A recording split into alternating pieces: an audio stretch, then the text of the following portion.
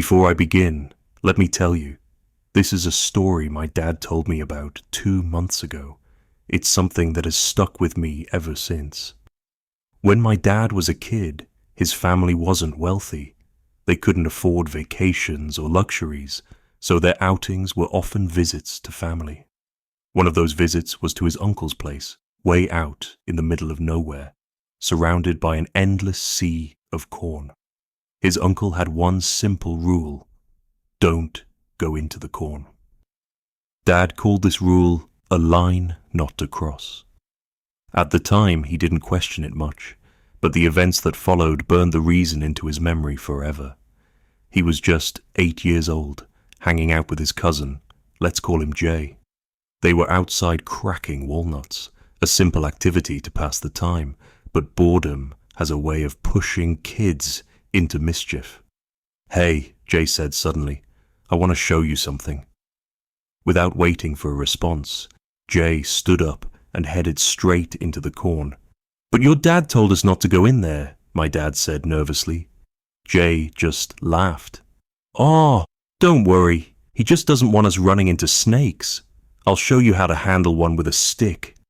Reluctantly, Dad followed Jay into the corn. They walked for what felt like half an hour, weaving through the tall stalks until they reached the edge of the field. Beyond it was a meadow, and behind the meadow stood a line of 5 hay bales neatly arranged before a dark, foreboding stretch of woods. Jay pointed at the woods. "You know about those trees, right?" Dad shook his head, feeling a chill run down his spine. "Well," Jay continued, "there was this lady who lived out there a few years ago. She had a bunch of dogs. One day, she and her dogs disappeared. When they found her weeks later, she was hanging from a 10-foot tree, and all her dogs were hanging there too, skinned. No one knows what happened." Jay's story sent shivers down Dad's spine, but Jay wasn't done. He ran toward the line of hay bales, shoving one out of place before sprinting back to the corn. "Get down," Jay hissed, crouching into the stalks. Dad dropped low, his heart pounding. "What are we doing?" "Just wait," Jay whispered. "It fixes them." "What fixes what?" Before Jay could answer, the air grew heavy with silence. Then, after what felt like forever, something emerged from the woods. A towering, bony figure with long, claw-like fingers. It moved slowly, deliberately, fixing the hay bale Jay had displaced.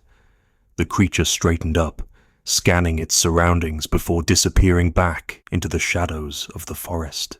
"What the hell was that?" Dad whispered, terrified.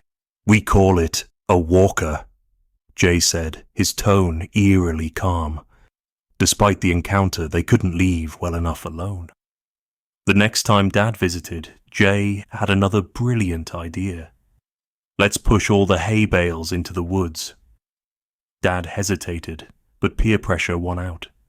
Together, they shoved every hay bale into the trees, then ran back into the corn to watch. 10 minutes passed in tense silence. And then they heard it. A piercing shriek. Unlike anything they'd ever heard, it was like the screams of people and animals blended together into one horrible sound.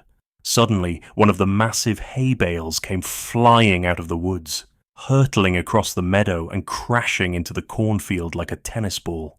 That was all they needed to see. They bolted out of there faster than they'd ever run in their lives. When Dad visited again weeks later, the hay bales were gone. The creature had shoved them deep into the cornfield, almost as if to send a message. Years passed, and Jay's family eventually moved away. Neither Dad nor Jay ever saw the walker again. But that memory stayed with him, a chilling reminder that some boundaries aren't meant to be crossed. So, here's a lesson to the thrill seekers and the jokers out there. If you ever stumble upon a creature's territory, leave it alone, and it'll leave you alone. Remember that.